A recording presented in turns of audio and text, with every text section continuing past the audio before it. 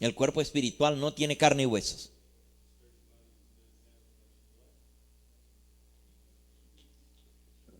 Entonces, ¿de qué está hecho?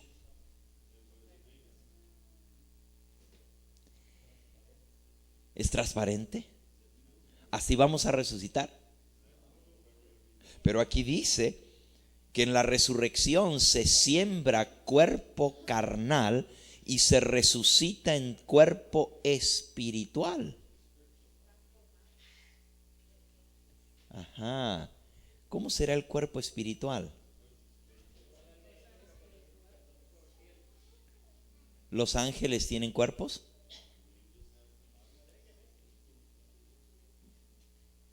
¿Tienen cuerpo de carne y hueso?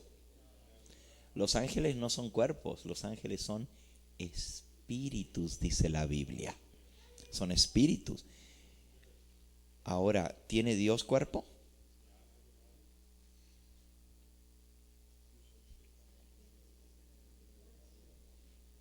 ¿Tiene Dios cuerpo?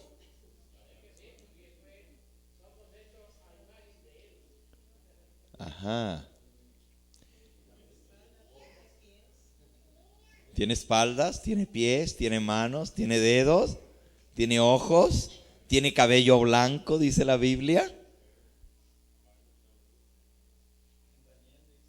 Sí, se sentó el anciano de días. ¿Se puede sentar?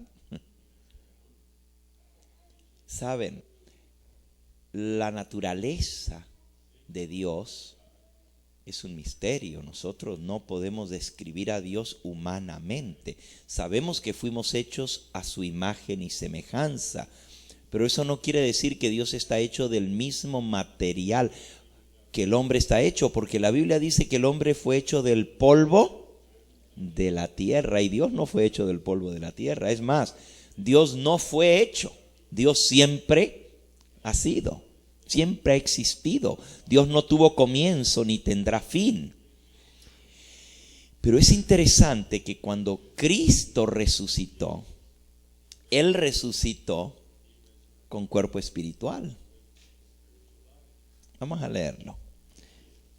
Allá en la epístola del apóstol San Pedro, primera de Pedro, capítulo 3. Dice el versículo 18. Porque también Cristo padeció una sola vez por los pecados, el justo por los injustos, para llevarnos a Dios, siendo a la verdad muerto en la carne, pero vivificado en espíritu. ¿Qué quiere decir vivificado? Vivificado, resucitado, eso es lo que quiere decir. Muerto en la carne, pero vivificado en espíritu. Así que Cristo murió, pero resucitó en espíritu. Y usted dice, entonces, ¿Cristo resucitó como un fantasma? ¿Cómo resucitó Jesús? Aquí dice, murió en la carne, pero resucitó en espíritu. ¿Qué diferencia hay entre el cuerpo de Cristo antes de su muerte y después de su resurrección? ¿Es el mismo cuerpo?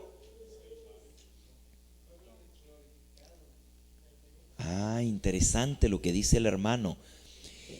Es el mismo cuerpo que resucita, pero Dios lo hace de un material diferente.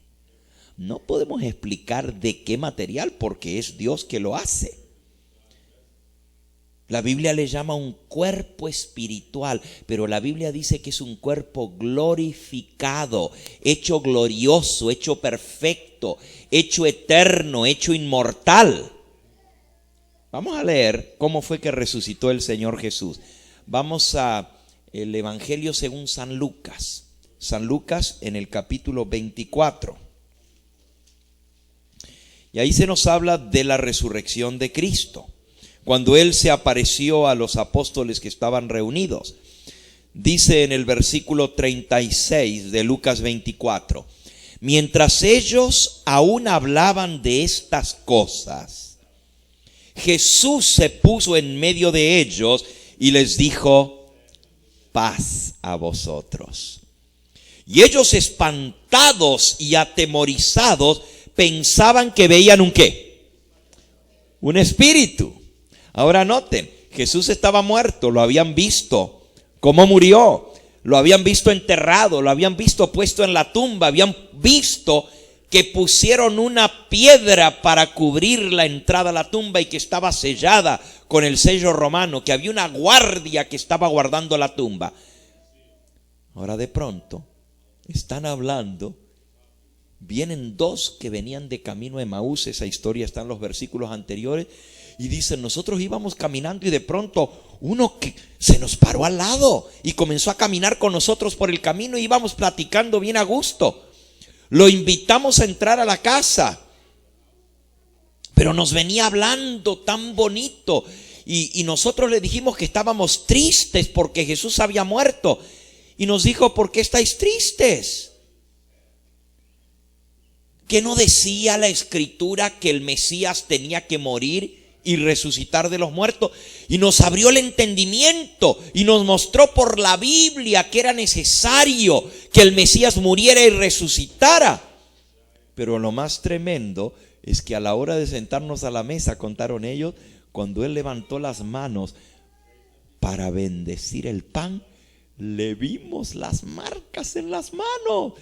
Y ahí nos dimos cuenta que era el Señor Jesús, pero cuando le fuimos a tocar, se desapareció. Eso venían contando. Miren, si ustedes leen el versículo 35, el 34 dice que les decían a los discípulos: ha resucitado el Señor verdaderamente, se apareció a Simón. Y ellos contaban las cosas que les habían acontecido en el camino y cómo lo habían reconocido al partir el pan.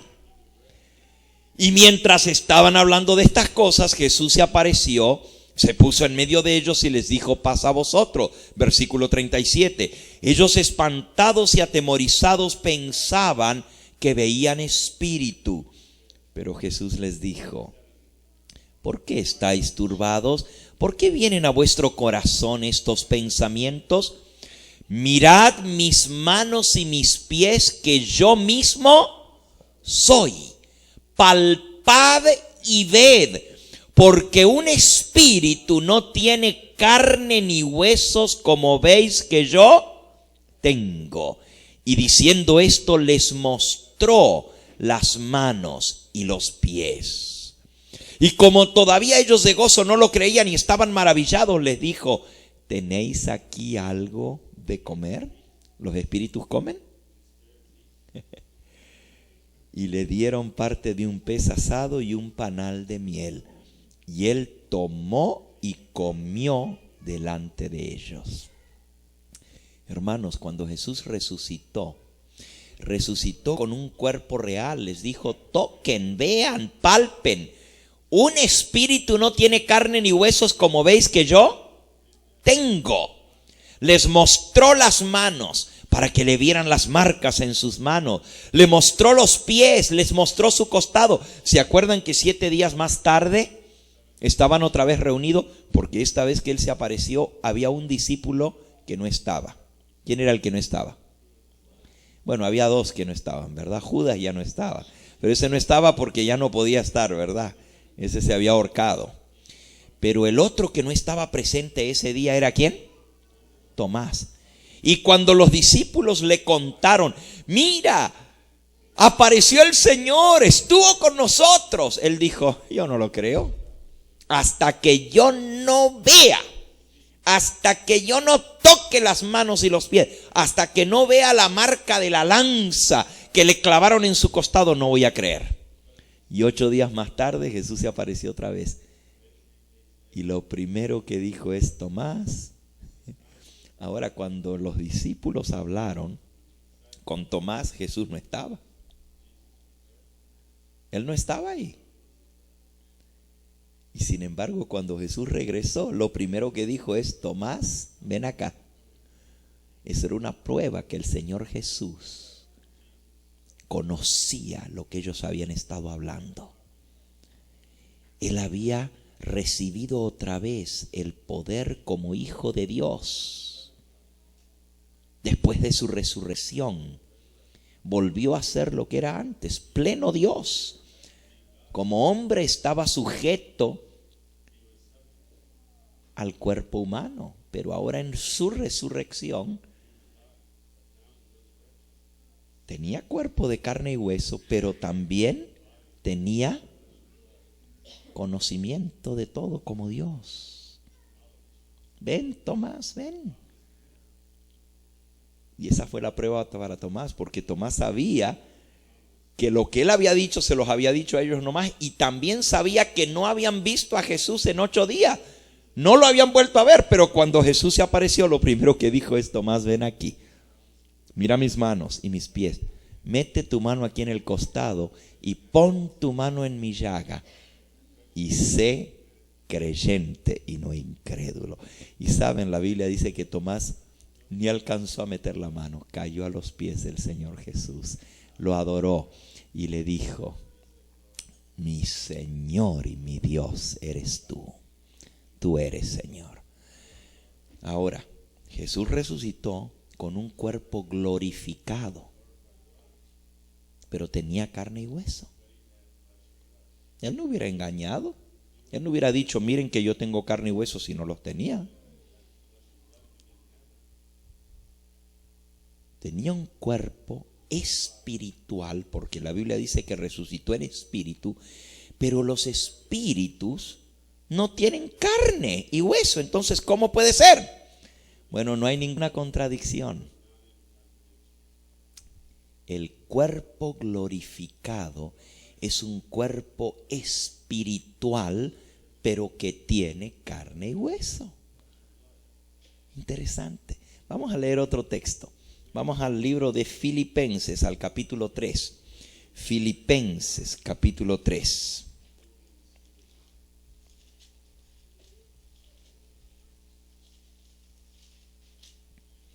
Dice allí en el versículo 20 y 21. Nuestra ciudadanía está en los cielos, de donde también esperamos al Salvador, al Señor Jesucristo, el cual transformará el cuerpo de la humillación nuestra para que sea semejante al cuerpo de la gloria suya, por el mismo poder con el cual puede también sujetar a sí mismo todas las cosas. Así que cuando Él venga, Él va a transformar nuestro cuerpo en un cuerpo glorioso, semejante al cuerpo glorioso de Él. Nos va a dar un cuerpo inmortal. Vamos de vuelta a 1 Corintios 15 y vamos a leer sobre esto.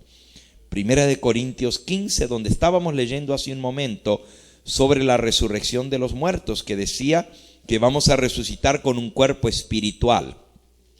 Miren cómo lo explica el versículo 51 en adelante. He aquí os digo un misterio, dice el versículo 51. No todos seremos, ¿no todos qué? Dormiremos, no todos moriremos, pero todos seremos ¿qué? Transformados en un momento, en un abrir y cerrar de ojos, a la final trompeta, porque se tocará la trompeta y los muertos serán resucitados incorruptibles y nosotros seremos transformados.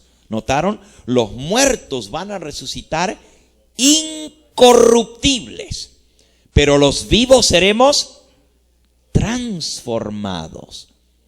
¿Y cómo vamos a ser transformados? ¿Qué quiere decir eso? Versículo 52.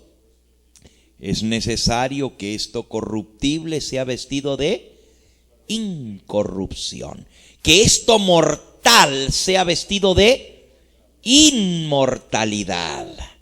Qué interesante.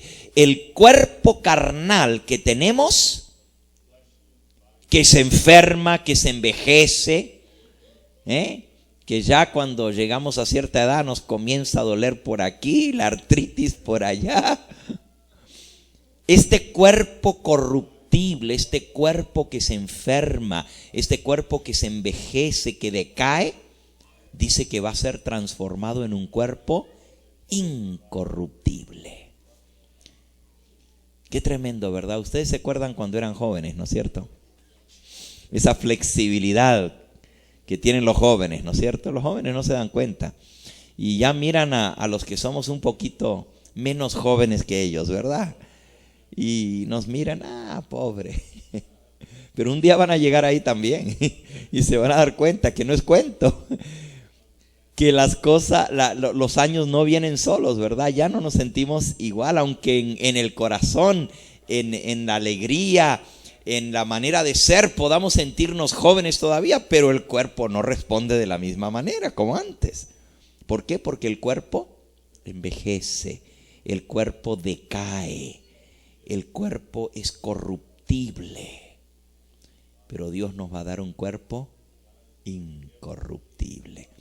Cuando ustedes leen en el libro de Isaías, dice que cuando el Señor venga, los ojos de los ciegos serán abiertos, los oídos de los sordos oirán, cantará la lengua del mudo, los cojos van a saltar, los paralíticos van a correr, los que tengan cualquier problema físico. Imagínense cuando el Señor aparezca, vamos a poder tirar los anteojos. Ya no los vamos a usar, porque vamos a tener vista 20/20, no 20/20, 100/100. Vista perfecta. Nuestra vista va a ser mejor. Dicen que uno de los animales que mejor vista tiene es el águila, ¿no es cierto? Cuando alguien ve bien, dicen, ese tiene vista de águila, porque desde allá arriba puede ver un movimiento en el suelo y allá se viene y coge la presa. Pues los redimidos vamos a ir a celebrar la entrada al reino de los cielos, la fiesta de bodas del Cordero. Y nos vamos a sentar en una mesa de plata. Esa mesa va a tener kilómetros y kilómetros de largo. Pero la mensajera del Señor dice que cualquiera que esté sentado en la mesa va a poder mirar y va a poder distinguir el rostro de todos los que están sentados a kilómetros de distancia. Les vamos a poder ver el rostro. Así que qué vista vamos a tener, ¿verdad? Qué maravilloso cuando este cuerpo mortal sea vestido de inmortalidad. Este cuerpo corruptible se vista de incorrupción. Los que tengan dientes postizos, los van a poder escupir para afuera. Ya no los van a necesitar. ¿Por qué? Porque Dios nos va a devolver una dentadura perfecta. El que tenga una prótesis la va a tirar porque va a tener sus dos piernas. Todo defecto físico será eliminado. Un cuerpo perfecto, un cuerpo que responda como cuando éramos jóvenes. Pero saben, lo más maravilloso es que ese cuerpo va a ser inmortal. No decae, no se enferma.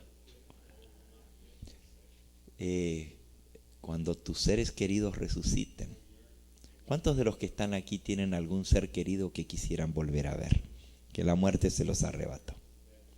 ¿A quién tienes tú? ¿A quién tienes? Yo tengo a mi papi, tengo a mi mami. ¿Tú a quién tienes? A un hijito de 5 años. Todos aquí nosotros tenemos, algunos tienen su abuelita, ¿no es cierto? Su abuelito, su hermano, su madre, su padre, sus hijos, a quienes les gustaría volver a ver. Pero saben, no se los imaginen así como cuando descendieron a la tumba.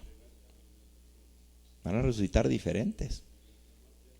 Según lo que leímos, no es el mismo cuerpo que se siembra el que sale, sino es un cuerpo perfecto, un cuerpo inmortal.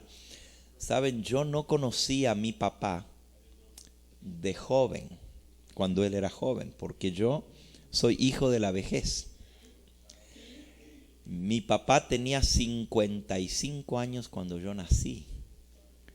Y cuando yo me acuerdo de él ya tenía 65 o 60 y pico. Algunos dicen, bueno, qué feo, ¿verdad? Tener un padre ya viejo. Pero yo les digo algo, que yo le agradezco a Dios por el padre que me dio. Porque como que cuando llegamos a cierta edad somos un poquito más sabios y le damos valores a las cosas que realmente valen. Cuando somos jóvenes, los padres jóvenes andan en el corre-corre de la vida y no tienen tiempo para sus hijos. Pero como mi papá, cuando yo tenía 10 años, él tenía 65, ya estaba jubilado, pues tenía tiempo para nosotros.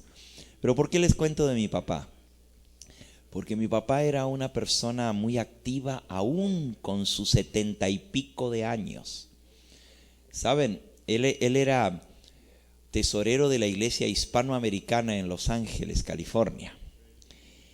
Con 75 años era el tesorero de una iglesia de más de 1000 miembros.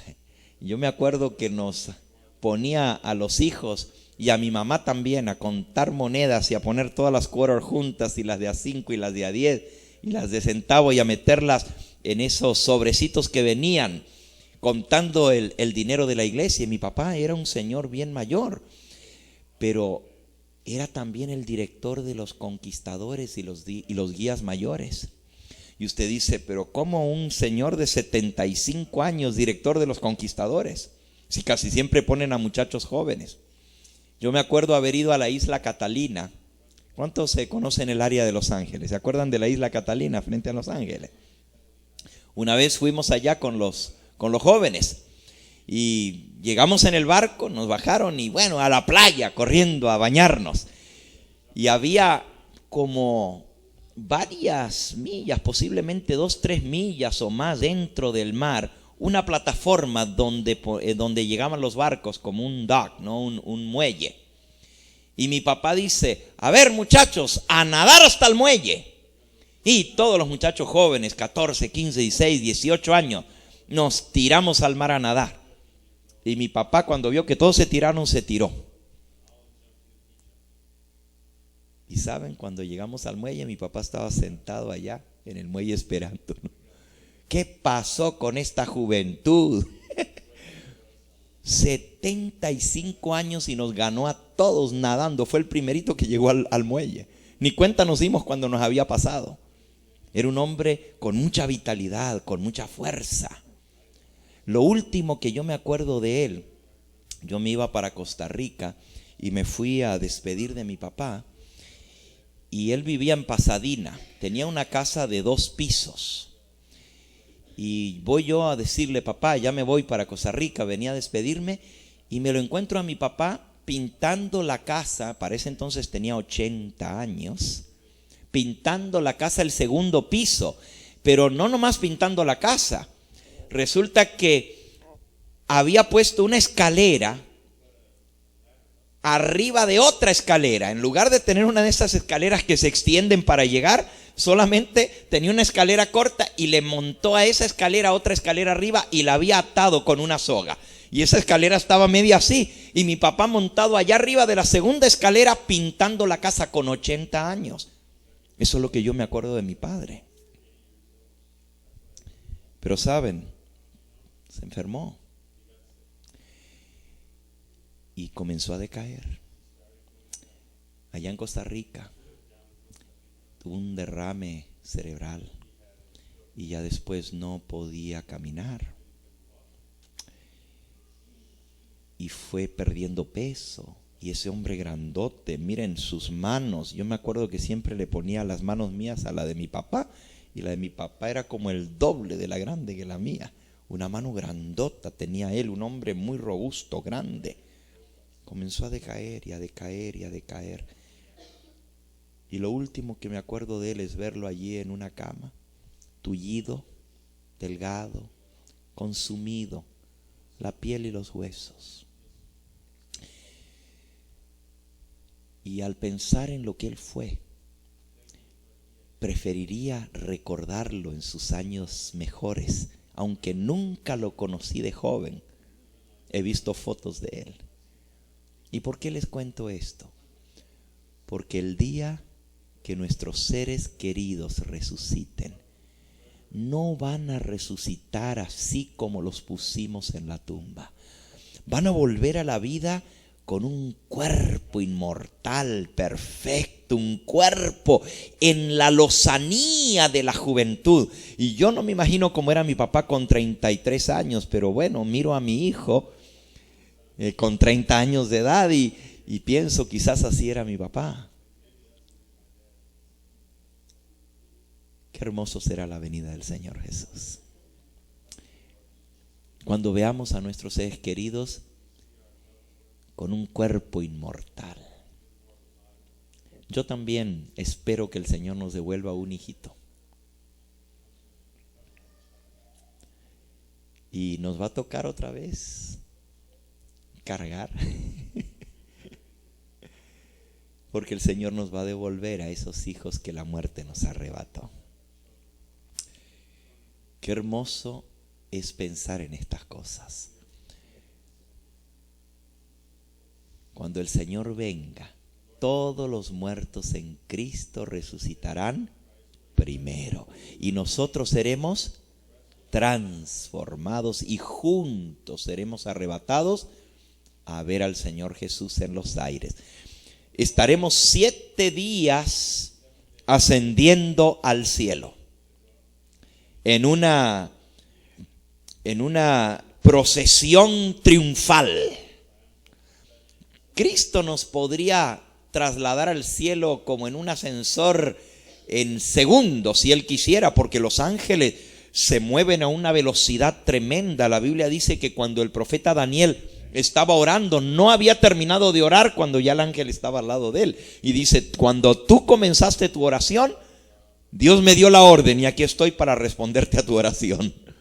Miren con qué velocidad se mueven los ángeles. Pero saben, cuando regresemos, cuando el Señor nos lleve al cielo, nos va a llevar conociendo, va a ser el Grand Tour.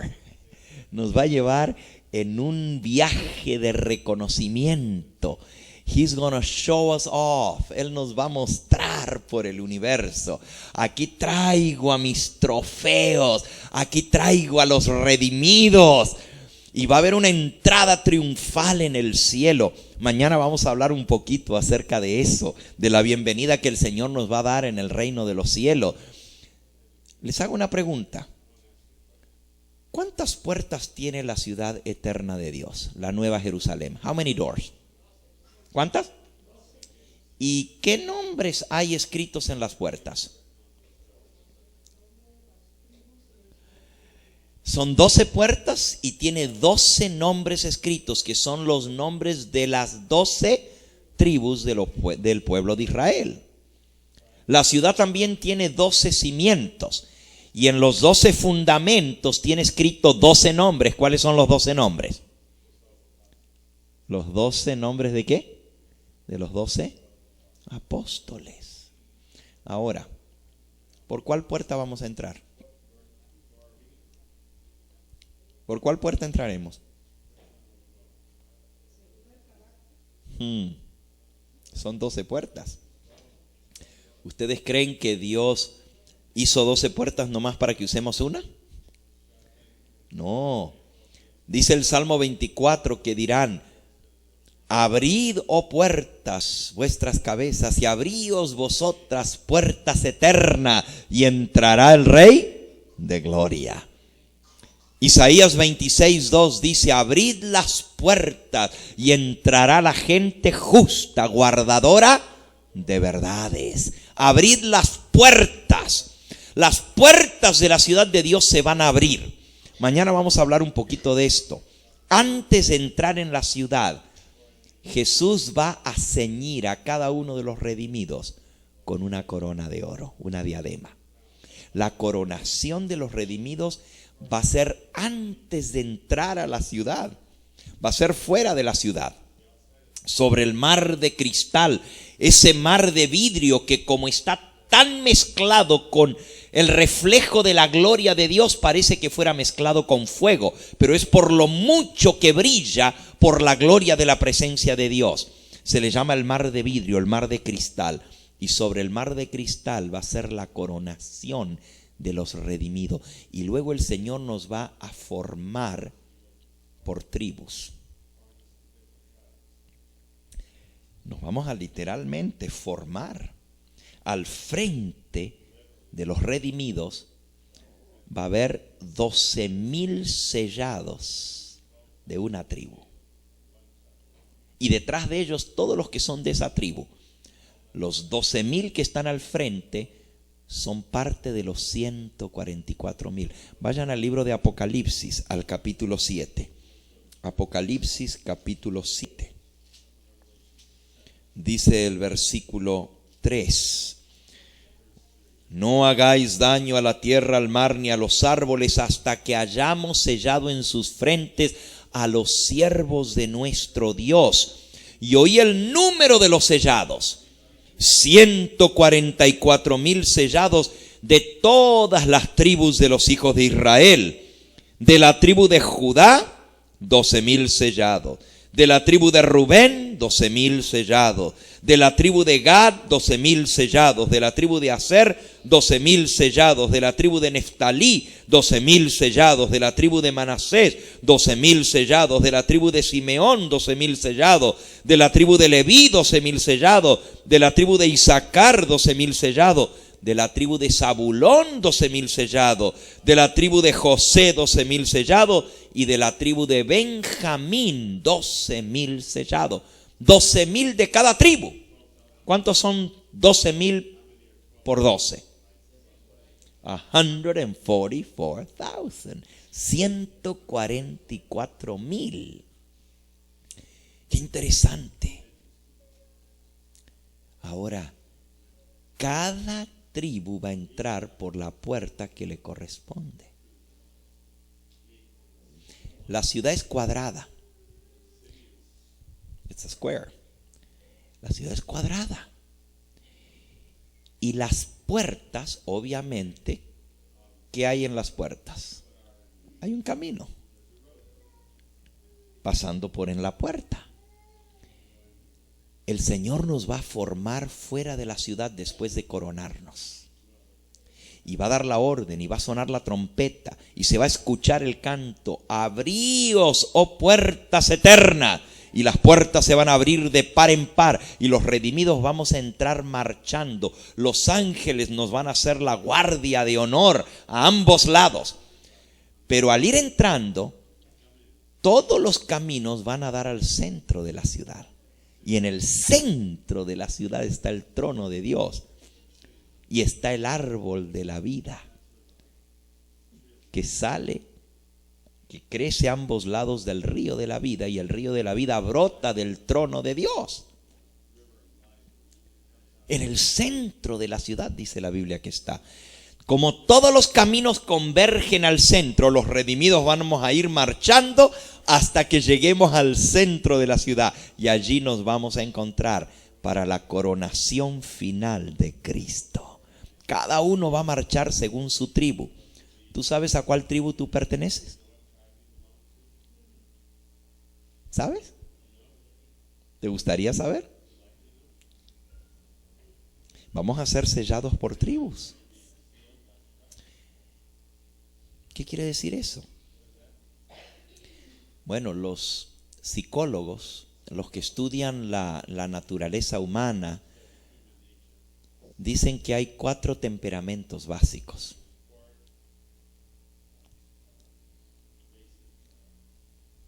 Characters. Los 4 temperamentos son, dicen, flemático, el colérico, el sanguíneo y el melancólico. ¿Se han oído hablar de eso ustedes? Okay. Y cada uno tiene sus características. Los flemáticos son de tal y cual manera y los sanguíneos son de tal y cual manera. Pero también tienen sus defectos, sus weaknesses, sus debilidades. Yo les propongo a ustedes que no son 4 caracteres básicos. Temperaments. Son 12. Son 12 temperamentos básicos, 12 caracteres. Y según los caracteres de cada uno, vamos a ser sellados por tribu, según las victorias que obtengamos. No me voy a detener más en esto, no tengo el tiempo aquí en esta noche. Yo tengo una serie entera que se llama Las 12 tribus, donde hablo del carácter de cada uno de ellos. Y si te gustaría descubrir tu tribu, está muy interesante. Esa serie se llama Los 144,000 sellados. Y ahí tú puedes escucharnos. Creo que la tenemos disponible. Esta noche va a haber una mesa a la salida y pueden ustedes conseguir series grabadas. Ahí viene la serie de las 12 tribus, los 12 caracteres y cómo lograr vencer nuestros defectos de carácter para recibir el sello de Dios en nuestra frente. Porque nadie va a recibir el sello de Dios en su frente si tiene defectos de carácter. Tenemos que lograr vencerlo por la gracia de Cristo Jesús. Ahora, volviendo a los redimidos, vamos a entrar, el Señor nos va a dar la bienvenida y vamos a ir a la cena de bodas del Cordero. Vamos a leer Apocalipsis capítulo 19. Dice el versículo 7 al 9. Gocémonos, alegrémonos, démosle gloria, porque han llegado las bodas del Cordero y su esposa se ha ¿qué? Preparado. ¿Quién es la esposa del Cordero? Qué interesante. En la Biblia, en el libro de Apocalipsis, la esposa es la Nueva Jerusalén. La Nueva Jerusalén, que representa al pueblo de los redimidos. Dice el versículo 8, y a ella, a la esposa, se le ha concedido que se vista de lino fino, limpio y resplandeciente, porque el lino fino son las acciones justas de los santos. La esposa, la iglesia, tiene que prepararse. Ahí dice, su esposa se ha preparado. ¿Tenemos nosotros una obra que hacer en la preparación para la venida del Señor? ¿Y cuál es esa obra? Así como la novia se prepara para el día de su boda, prepara el ajuar, prepara el vestido, prepara el velo, prepara su corona, prepara su ramillete. Y hay muchas cosas. Si algunos de ustedes se han casado, saben que no es tan fácil, ¿verdad? Hay muchas cosas para preparar para la boda. Hoy me estaba contando el doctor Robinson cómo arreglaron allá el patio de la casa de atrás cuando se casó Lisette. Hubo mucho trabajo para arreglar todo eso. También nosotros tenemos que prepararnos para las bodas del Cordero. Ahora, ¿cuándo son las bodas? ¿Cuándo son las bodas del Cordero? When's the wedding?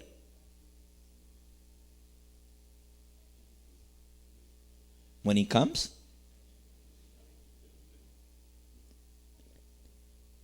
¿Se quedaron muy calladitos?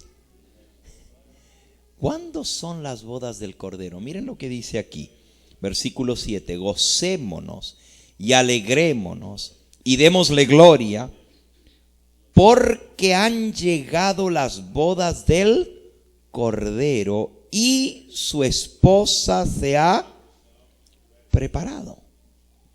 Han llegado las bodas del Cordero. Esta terminología es muy interesante si tú la comparas con Apocalipsis 14, versículo 7. Temed a Dios y dadle gloria, porque la hora de su juicio ha llegado. Y Apocalipsis 19, 7, las bodas del Cordero ha llegado. ¿Notaron? No está hablando en futuro, no dice van a llegar las bodas del Cordero. Dice, gocémonos, alegrémonos, démosle gloria, porque han llegado las bodas del Cordero. La hora de su juicio ha llegado. ¿Saben ustedes? No tengo tiempo de eso tampoco en esta noche. Ojalá tuviera tiempo. Pero ¿saben ustedes que las bodas del Cordero se están celebrando en este momento? ¿Sabían ustedes que ya las bodas del Cordero se están celebrando? Usted dice, ¿pero cómo va a ser? Las bodas del Cordero es cuando la iglesia se une a Cristo a través de un contrato matrimonial. Pero para eso tenemos que entender lo que son las bodas orientales.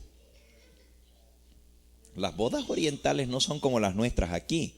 Las bodas aquí, pues el novio se encuentra con la novia, la trae al altar y el pastor los casa. En las bodas orientales, la novia no está presente en las bodas. Tú dices, ¿pero cómo va a ser? ¿Cómo se va a casar si no está presente la novia?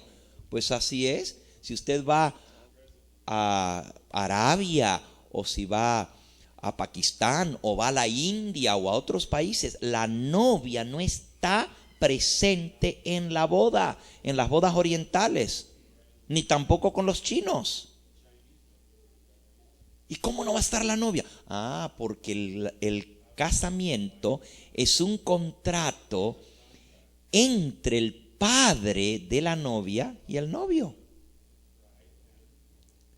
Y el novio primero hace un contrato con el padre y el padre le dice, por esta hija mía quiero tanto.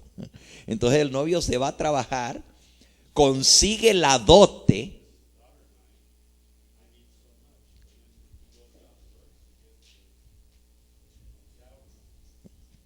y entonces viene y le dice, aquí está la dote. Y hacen un contrato y el padre le dice, te entrego a mi hija.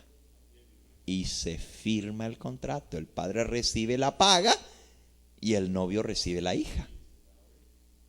A nosotros esto nos parece raro. Uy, qué cosa más fea. ¿Saben ustedes que el 90% de la población mundial todavía las bodas son arregladas? Para nosotros es tan común decir, pues me enamoro y me caso. El 90% del mundo todavía las bodas son arregladas. Los padres arreglan las bodas de sus hijos. Con tal y tal te vas a casar. Y lo tienen que hacer. It's a marriage contract. Las bodas del Cordero suceden en el cielo.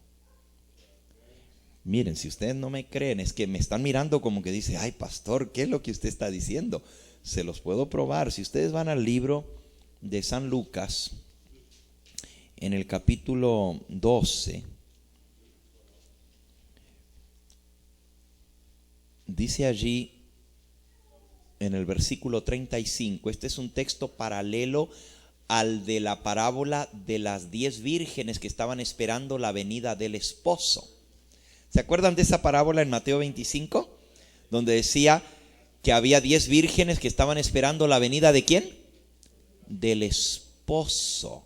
¿Por qué la venida del esposo y no del novio? Porque ya estaban casados. Ahora les voy a explicar. Lean ahí versículo 35.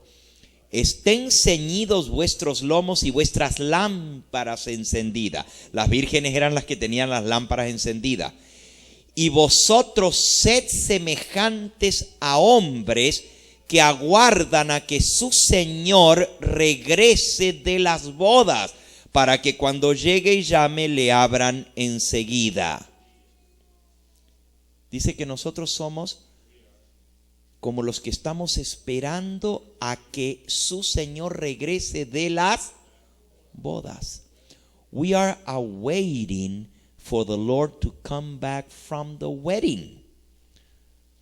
Así que si nosotros estamos esperando que Él venga de las bodas, es que nosotros no estamos presentes en las bodas porque somos la novia.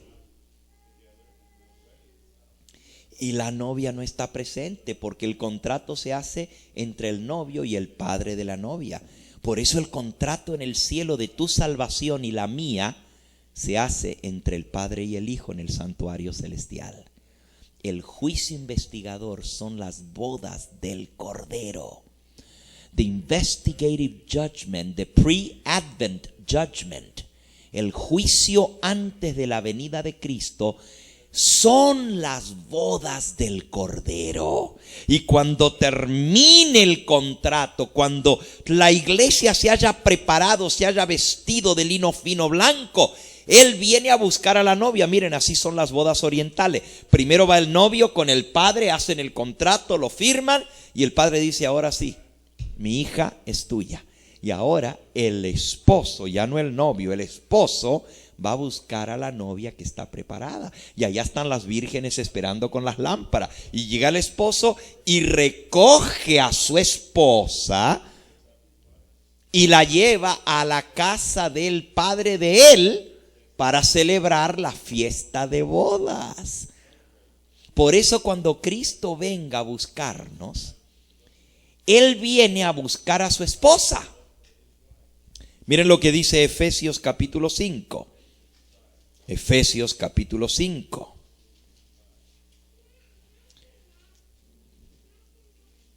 Versículo 25. Así como Cristo amó a la iglesia y se entregó a sí mismo por ella para santificarla, habiéndola purificado en el lavamiento del agua por la palabra, versículo 27, a fin de presentársela a sí mismo, una iglesia gloriosa, que no tuviese mancha ni arruga ni cosa semejante, sino que fuese santa y sin mancha. Así también los maridos deben amar a sus esposas como a sus propios cuerpos. El que ama a su mujer a sí mismo se ama. Cuando Cristo regrese, Él viene a buscar a una iglesia que es su esposa, y la viene a buscar porque ella se ha preparado y está perfectamente limpia, gloriosa, no tiene mancha ni arruga ni cosa semejante. Cuando el Señor Jesús venga, los que nos iremos con Él estaremos preparados. Se habrá completado las bodas del Cordero. El último nombre de los que van a ser parte de los redimidos va a haber sido juzgado en el cielo. Y el Señor Jesús va a decir: es digno, tiene mi vestido de bodas puesto. Y es incluido con los redimidos. Y cuando termina la boda, entonces el Señor viene a buscar a la esposa para llevarla a la casa de su padre. ¿Están entendiendo cómo es esto? ¿Me expliqué? Para nosotros es raro, nos parece raro. ¿Cómo va a ser las bodas ahora si no estamos nosotros ahí? Pero las bodas se realizan en la presencia del Padre, con el novio pagando la dote. Y Cristo paga el precio de la redención de su iglesia con su propia sangre. ¿Saben? Lo que le da valor a la esposa es el precio que se paga por ella. ¿Cuántos vieron alguna vez la película de Johnny Lingo? ¿Se acuerdan la película de Johnny Lingo? ¿Se acuerdan de la muchacha aquella que nadie daba nada por ella? Decían que era la más fea del pueblo, pero el Johnny Lingo pagó, ¿cuántas vacas eran? 7 vacas. Normalmente pagaban una vaca por una novia. Y a veces nomás unas gallinas o unos puerquitos. Pero él pagó 7 vacas por su novia. Y ni el padre podía creer que este muchacho estaba dispuesto a pagar tanto por esa muchacha. Pero ¿qué pasó con esa muchacha? Al sentirse que ella valía tanto, eso cambió completamente su vida. Pues hermanos, también para nosotros el Señor ha pagado el precio más grande que se haya pagado por una novia. Pagó su propia vida, su sangre por nosotros. Por eso es que nosotros valemos tanto para Dios. Somos preciosos para Él, porque lo que determina el valor es el precio que se paga. Y si Dios pagó un precio tan alto por nosotros, nosotros valemos mucho a los ojos de Dios. Cuando Él viene a buscar a la esposa. ¿Para llevarnos a dónde? a la casa de su padre. ¿Y qué va a suceder en la casa de su padre? Viene la fiesta de boda. Siempre después de las bodas viene la fiesta. A ese se le llama la cena de bodas del Cordero. Vamos de vuelta a Apocalipsis capítulo 19. Apocalipsis 19, donde estábamos leyendo. Recuerden que el tema de hoy lleva por título dos cenas. Dos cenas. Apocalipsis 19, versículos 7, 8 y 9. Gocémonos y alegrémonos, lémosle gloria, porque han llegado las bodas del Cordero y su esposa se ha preparado. Y a ella se le ha concedido que se vista de lino fino, limpio y resplandeciente, porque el lino fino son las acciones justas de los santos. Hermanos, nosotros tenemos una obra que hacer en las bodas del Cordero. Las bodas son el juicio. Y el Señor está limpiando el registro del cielo de todos nuestros pecados. Pero si nosotros seguimos pecando, seguimos pidiendo perdón, seguimos mandando nuestros pecados al santuario, ¿cómo entonces Él va a terminar de limpiar los libros del cielo si todos los días le seguimos mandando pecados y pecados al santuario? Por eso nosotros tenemos que pedirle al Señor no solo que nos perdone los pecados, sino que nos dé poder para dejar de pecar. Porque cuando Él salga del santuario, el que es justo seguirá siendo justo, y el que es santo seguirá siendo santo, y el que es inmundo seguirá siendo inmundo, y el que es sucio seguirá ensuciándose todavía. Cuando Él salga del santuario, las bodas se completaron. Y los que son parte de las bodas tienen el vestido de bodas limpio, blanco y resplandeciente. Pero el que no se puso el vestido de bodas es echado fuera. ¿Se acuerdan de la parábola del rey que mandó a llamar a los invitados a las bodas y les proveyó el vestido de bodas? Pero luego fue a ver a los invitados y encontró que había uno que no tenía el vestido de bodas. ¿Y qué hizo con ese? Lo echó fuera. Ese es el juicio investigador. La obra que nosotros tenemos que hacer es cooperar con Cristo en la purificación del pecado en nuestra vida. Él nos perdona, Él nos limpia, pero Él también nos fortalece para no seguir pecando, para que podamos tener victoria, para que Cristo pueda terminar la obra de purificación y así estemos sin mancha, ni arruga, ni mácula, ni cosa semejante, y podamos irnos con Él a la cena de boda. Y ahora sí, el versículo 9. El versículo 9. Y el ángel me dijo: escribe, bienaventurados son los que son llamados a la cena de las bodas del Cordero. Y me dijo: estas palabras son verdaderas de Dios. Bienaventurados los que son llamados ¿a qué? A la cena de bodas del Cordero. ¿Te puedo hacer una pregunta?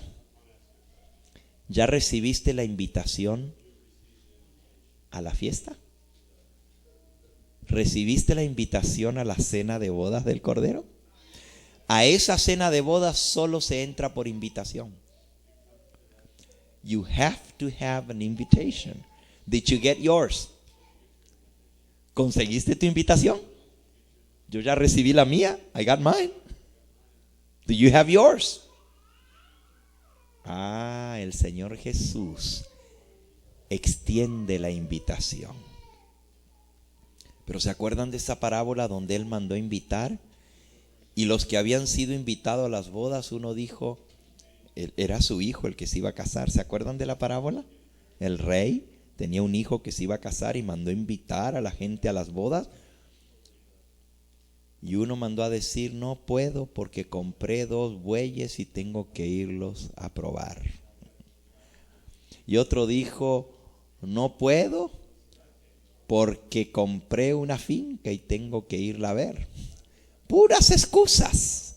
¿Acaso usted compra 2 bueyes y después los va a probar? No, primero los prueba y después los compra. ¿Acaso usted compra una finca y después la va a ver? No, primero la ve y después la compra. Pero son puras excusas los que dieron. Y así una excusa tras otra, hasta que el rey dijo: vayan y destruyan a toda esa gente, y vamos a invitar a otra gente, porque los que yo invité no quisieron venir a las bodas. Ojalá que no nos pase a nosotros igual, porque Dios ha mandado la invitación. Miren, primero les mandó la invitación al pueblo judío, pero ellos no quisieron. Y luego el Señor dijo: vamos a abrir las puertas y vamos a traer a todo el que quiera. Traigan a los cojos, traigan a los ciegos, traigan a los mancos, traigan a todos para que se llene mi casa para la cena de bodas. Mi pregunta es: ¿has aceptado tú la invitación a la cena de bodas? Se necesita aceptar. ¿Sabes cómo se llama eso? Cuando tú recibes una invitación, dentro de la invitación a las bodas viene otro sobrecito. Y ese otro sobrecito trae la dirección. Y en ese sobrecito hay que mandarlo de vuelta. Y ahí hay que responder cuántos van a ir a la cena de bodas. Porque si es por invitación, los platos están cabales. El que no responde se queda fuera. ¿Estás entendiendo? Jesús te hace una invitación. Ahora, la cena de bodas es gratuita. No hay que pagarla. Él la ofrece gratuitamente. Pero a menos que tú la recibas a la invitación y la aceptes, no puedes entrar. Así es la salvación. Aunque la salvación es gratuita, ya el Señor hizo provisión y pagó completamente el costo de la salvación. Nosotros tenemos que aceptar la salvación si queremos que esa salvación efectúe nuestra salvación. Cristo ya lo hizo, pero yo lo tengo que aceptar. ¿Por qué? Porque Dios respeta la decisión de cada uno de sus criaturas. Mira, yo he puesto delante de ti hoy la vida y la muerte, la bendición y la maldición. Acepta pues la vida para que vivas. El Señor te da la invitación, pero tú tienes que aceptarla. Tú tienes que responder, tú tienes que decir: sí, Señor, quiero ser salvo.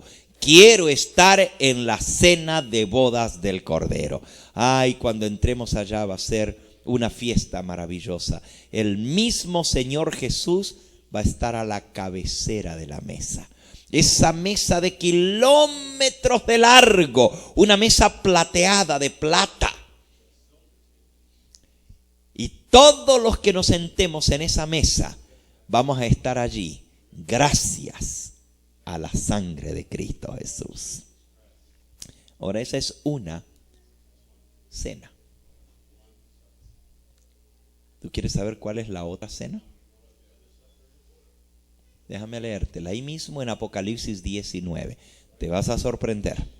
Apocalipsis 19 te habla de la otra cena. Vamos a leer desde el versículo 11 en adelante. Aquí presenta en un lenguaje muy hermoso, como profético, simbólico, la venida del Señor Jesús, porque presenta a un jinete viniendo en un caballo blanco, con su ropa teñida en sangre. Es lenguaje simbólico, pero describe la venida del Señor. Vamos a leerlo, dice el versículo 11. Vi el cielo abierto, y aquí un caballo blanco, y el que lo montaba se llamaba Fiel y Verdadero, que con justicia juzga y pelea. Sus ojos eran como llama de fuego, había en su cabeza muchas diademas, y tenía un nombre escrito que ninguno conocía sino él mismo. Estaba vestido con una ropa teñida en sangre, y su nombre es el Verbo de Dios. Y los ejércitos celestiales, versículo 14, vestidos de lino finísimo, blanco y limpio, le seguían en caballos blancos. De su boca sale una espada aguda para herir con ella a las naciones, y él las regirá con vara de hierro. Él pisa el lagar del vino, del furor, de la ira del Dios Todopoderoso, y en su vestidura y en su muslo tiene escrito este nombre: Rey de Reyes y Señor de Señores. Hasta ahí está muy bonito. Por cierto, hay una partecita allí que dice: Él pisa el vino del furor de la ira del Dios Todopoderoso. ¿Ustedes saben lo que quiere decir eso? ¿Por qué está su ropa teñida en sangre? ¿Por qué? ¿Por qué está salpicada con sangre su ropa? No solo porque Él dio su sangre para redimirnos, pero si ustedes van al capítulo 14, dice el versículo 18: salió del altar otro ángel que tenía poder sobre el fuego y llamó a gran voz al que tenía la hoz aguda, diciendo: mete tu hoz aguda y vendimia los racimos de la tierra, porque las uvas están maduras.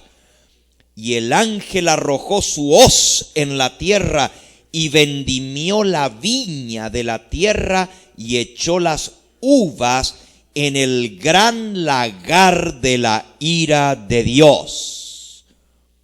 Y fue pisado el lagar fuera de la ciudad, y del lagar salió sangre hasta los frenos de los caballos por 1600 estadios. ¿Saben por qué está teñida su ropa en sangre? Salpicada, splattered con sangre. ¿Saben por qué? Porque él pisa el vino del furor de la ira de Dios y sale sangre. Vayan de vuelta a Apocalipsis ahora 19. Acabamos de leer el versículo 15: de su boca sale una espada aguda para herir con ella las naciones. Y él las regirá con vara de hierro, y él pisa el lagar. Ahí está donde se mancha su ropa en sangre. Él pisa el lagar del vino, del furor, de la ira del Dios Todopoderoso. En su vestidura y en su muslo tiene escrito este nombre: Rey de Reyes y Señor de Señores. Pero ahora miren lo que sigue. Ahora vamos a ver la otra cena. La otra cena.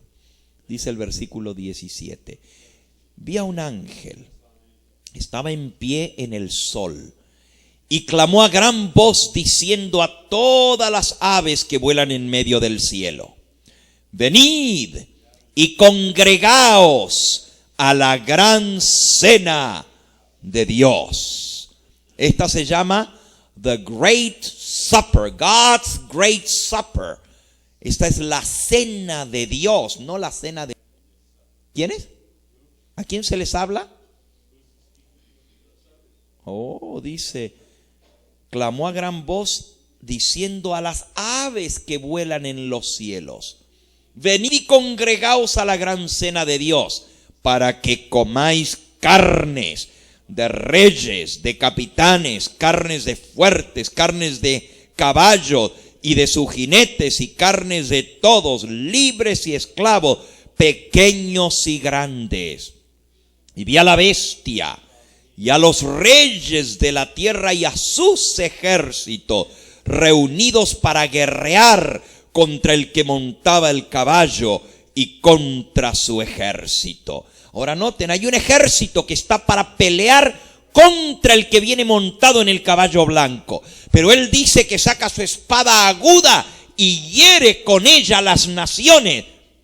Echa su hoz y vendimia los racimos de las uvas, y de las uvas sale sangre hasta los frenos de los caballos. ¿Saben cuáles son los frenos de los caballos? ¿Dónde están los frenos de los caballos? En la boca. ¿Y cuánto mide un caballo? Depende el tamaño del caballo, pero por lo menos los frenos, la boca del caballo a lo menos está a esta altura, ¿verdad? Estamos hablando de más de 1 metro. La sangre de los que van a ser destruidos Va a llegar hasta los frenos de los caballos, porque Él los va a destruir con la espada que sale de su boca. Por eso su ropa está teñida en sangre.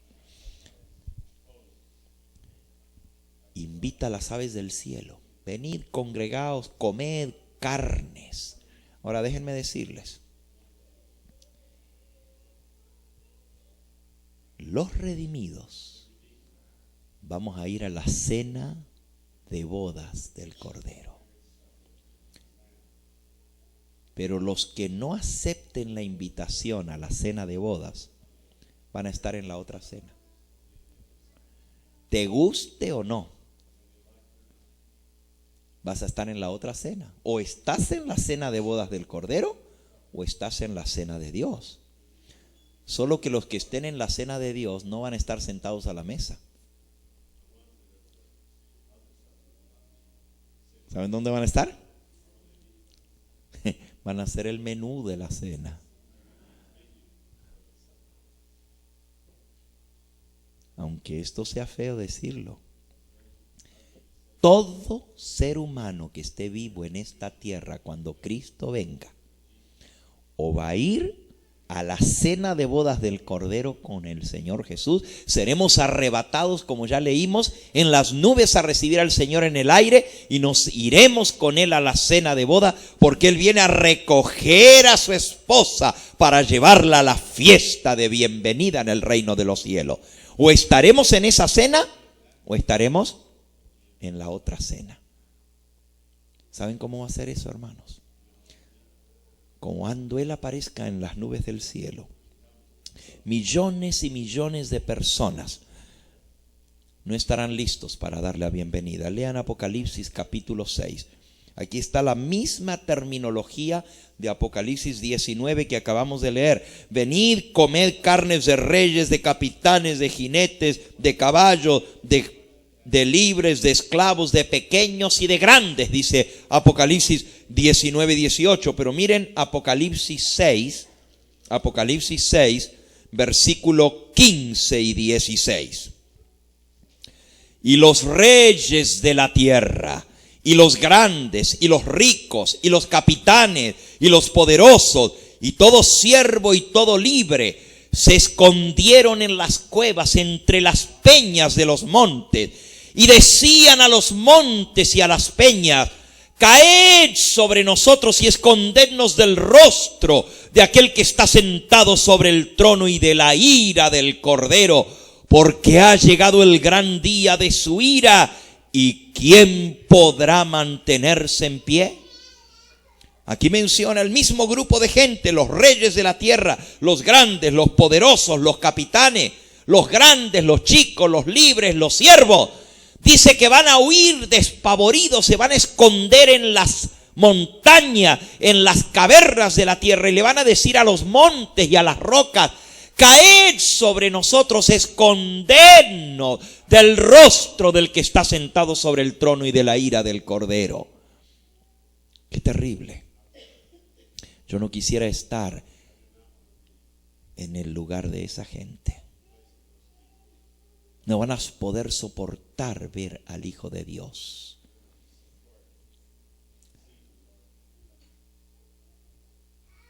¿De qué lado vas a estar tú? ¿O estaremos entre los que seremos arrebatados a recibir al Señor en el aire? ¿O estaremos entre los que van a salir despavoridos, cubriéndose el rostro, escondernos del rostro del que está sentado sobre el trono, porque ha llegado el gran día de su ira? ¿Sabe qué va a pasar con toda la gente que no está preparada? ¿Qué va a pasar? Van a ser destruidos por el que viene sentado sobre el trono.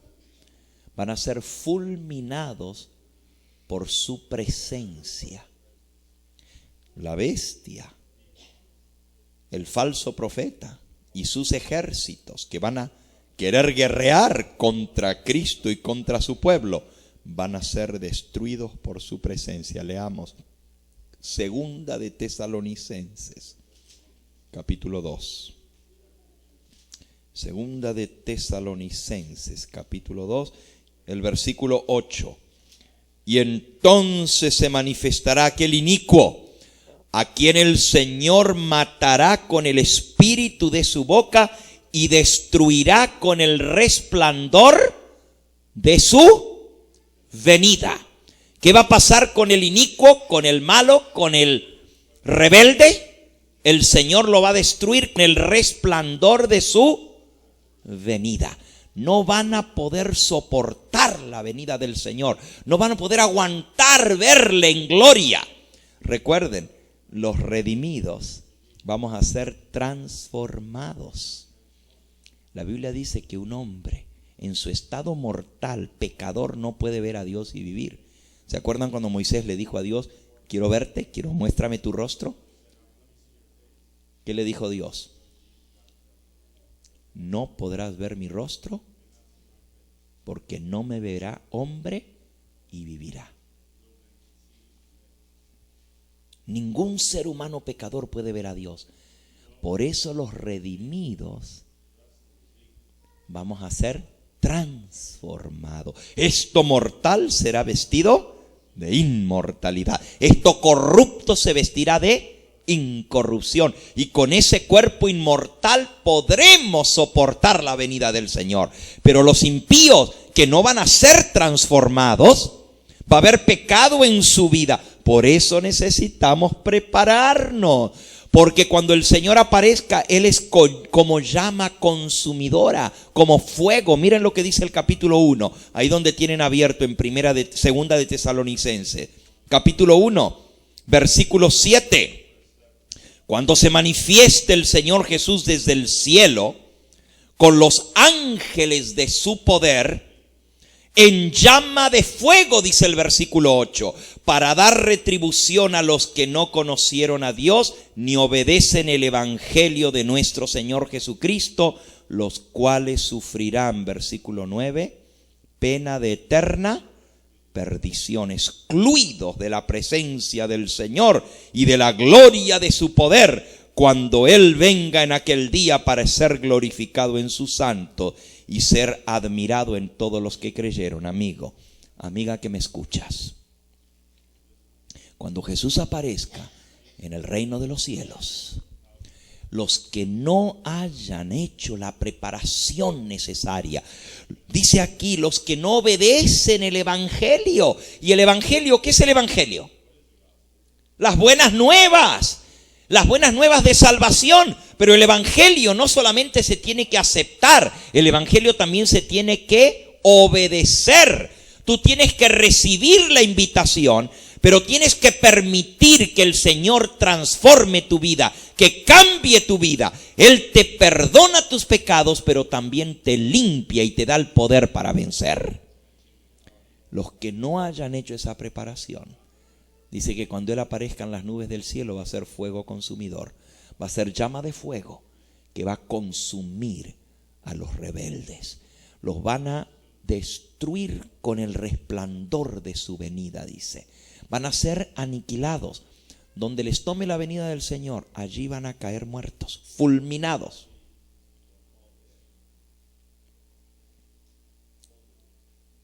Esa es la cena de Dios. Vamos a leerla. Sorpréndanse, vayan al libro de Jeremías. Jeremías, y vamos a leer allí en el capítulo 7, versículo 33. Y serán los cuerpos muertos. Jeremías 7:33. Serán los cadáveres, los cuerpos muertos de este pueblo, para comida de las aves del cielo y de las bestias de la tierra, y no habrá quien las espante. ¿Se imaginan? Las aves del cielo y las bestias de la tierra se van a dar festín. No va a haber quien las espante.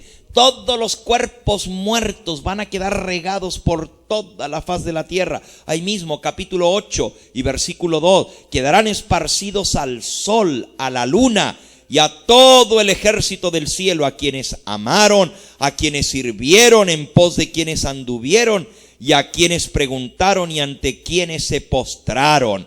No serán recogidos ni enterrados, serán como estiércol sobre la faz de la tierra. Van a quedar botados donde les tome la venida del Señor. ¿Qué quiere decir estiércol?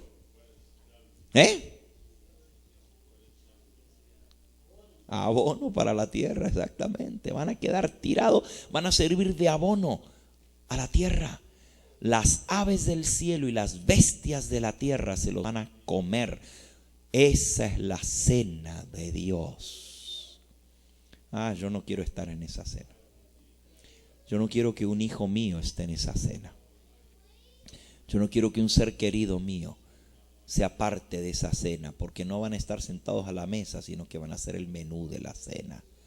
Y no habrá quien espante a las aves del cielo ni a las bestias de la tierra. ¿Y por qué no va a haber quien las espante? Ahí mismo en Jeremías capítulo 25. Jeremías capítulo 25 dice el versículo 31.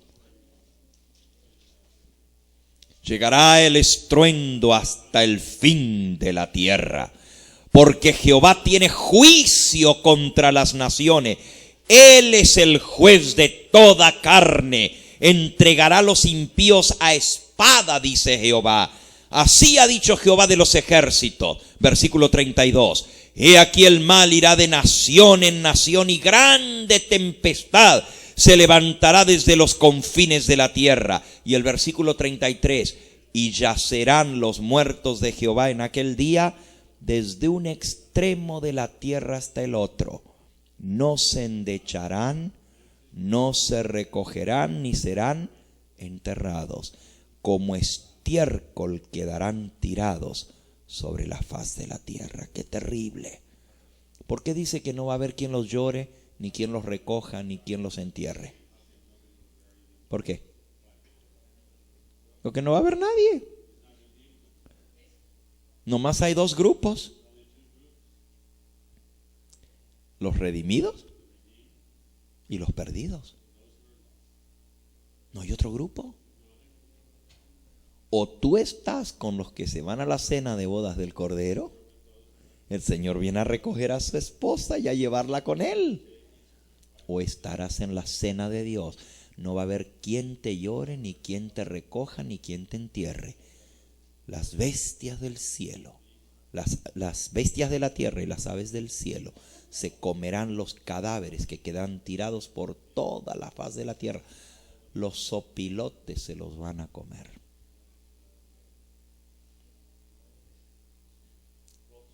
Los vultures. Mi pregunta es: ¿en cuál cena vas a estar? ¿En cuál cena vas a estar? Tú puedes decir: bueno, pastor, yo voy a estar en la cena de bodas del Cordero.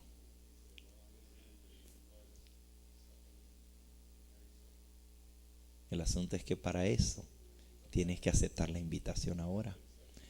No puedes aceptar la última hora. Es cuando Dios la manda que tú la aceptas. No es cuando tú digas: yo más adelante voy a aceptar la invitación del Señor. Cuando yo esté listo, entonces yo me voy a entregar al Señor. It doesn't work like that. Así no funciona.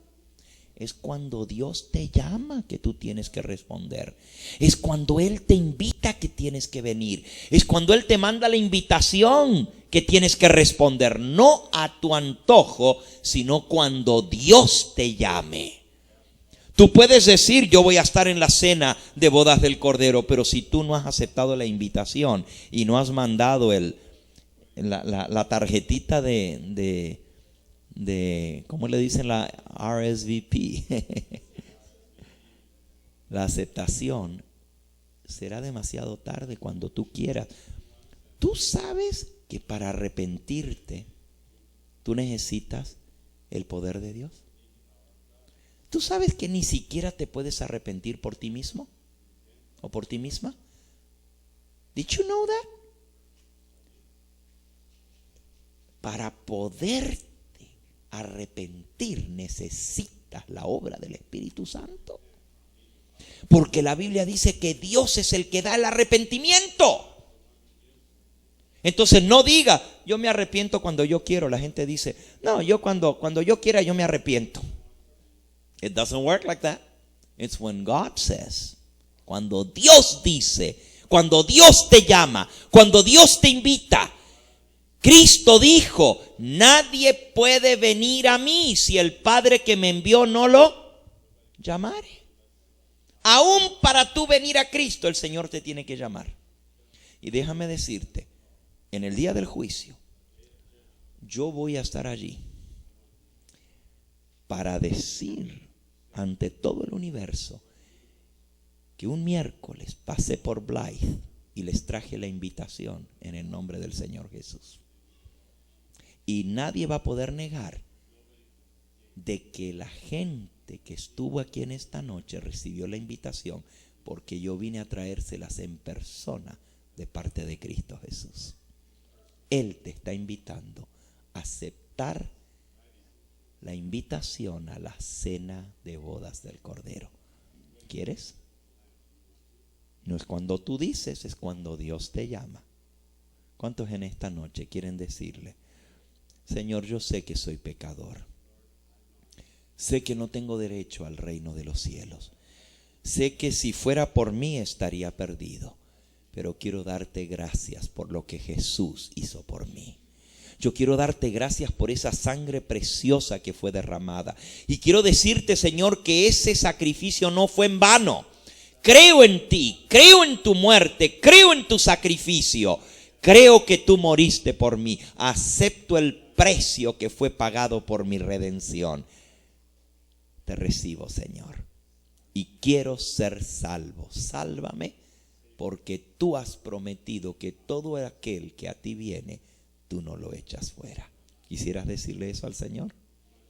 ¿Cuántos de los que están aquí en esta noche ya en el pasado hicieron esa aceptación del Señor Jesús y le dijeron, Señor, yo acepto tu muerte, tu sacrificio, te acepto a ti como mi Salvador, acepto la invitación a la cena de bodas? ¿Cuántos ya respondieron a esa invitación en el pasado? Bendito sea el nombre del Señor. La Biblia dice que para tú ser salvo tienes que creer y tienes que, ¿qué dice? El que creyere y fuere bautizado será salvo. La invitación se acepta aceptando a Jesús y aceptando el perdón que Él ofrece a través del bautismo. ¿Cuántos de los que están aquí ya fueron bautizados aceptando así al Señor Jesús? Puedo ver las manos. Bendito sea el nombre del Señor. Pero hay algunos aquí que aún no han pasado por esa experiencia de recibir al Señor Jesús a través del bautismo. Yo quisiera en esta noche orar por aquellos que aún no han sido bautizados, pero que sé que el Señor está llamando. Porque yo sé que tú te quieres salvar. Yo sé que tú quieres que tus hijos se salven. Tú no quieres que ninguno de tus seres queridos se los coman las bestias del campo y las aves del cielo.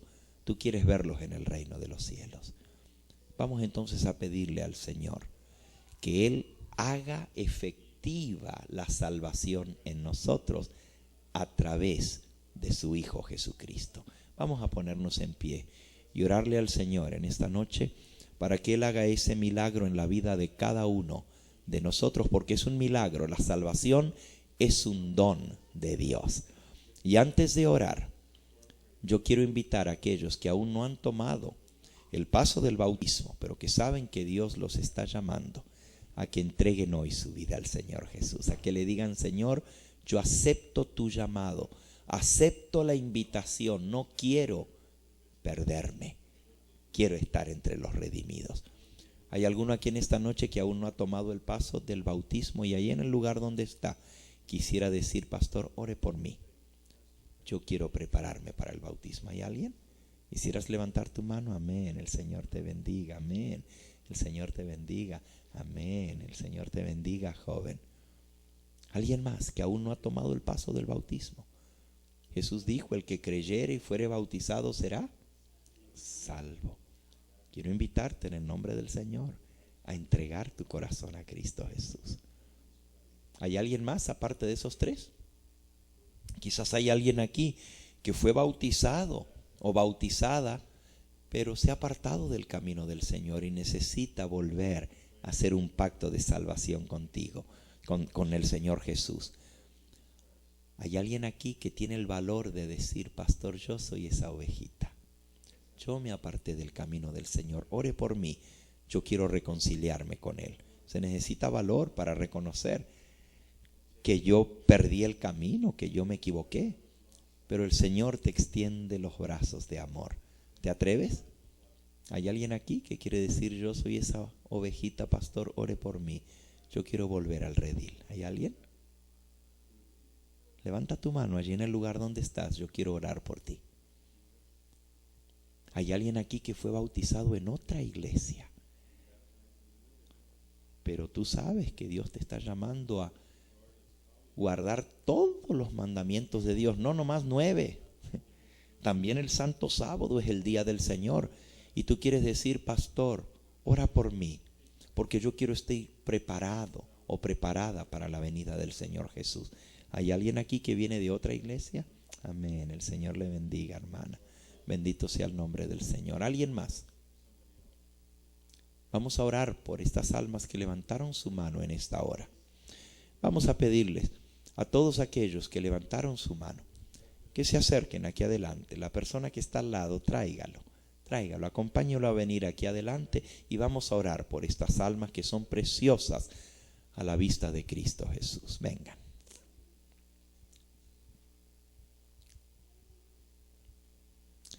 Hay mucho gozo en el cielo por estas preciosas decisiones por Cristo Jesús.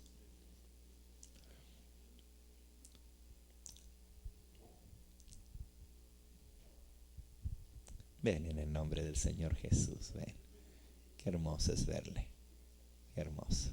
Bendito sea el nombre del Señor. Vengan, vamos a orar por ustedes aquí. Hay gozo en el cielo por estas preciosas decisiones por Cristo Jesús. Allá hay una jovencita que anoche pasó, pero ella puede venir otra vez. You come again. I know you were here last night, but I want to pray for you because you're going to be baptized very soon, giving your life to Jesus. Amén. El Señor les bendiga. Vengan, vengan. Vengan en nombre del Señor. Vengan aquí más cerquita porque hay otros que están pasando. Así podemos orar por ustedes. Acérquense, vengan. Den un pasito hacia adelante. Vengan.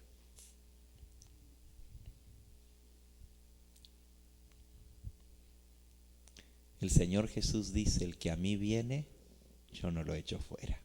Él te acepta. Él te recibe. Él te perdona tus pecados.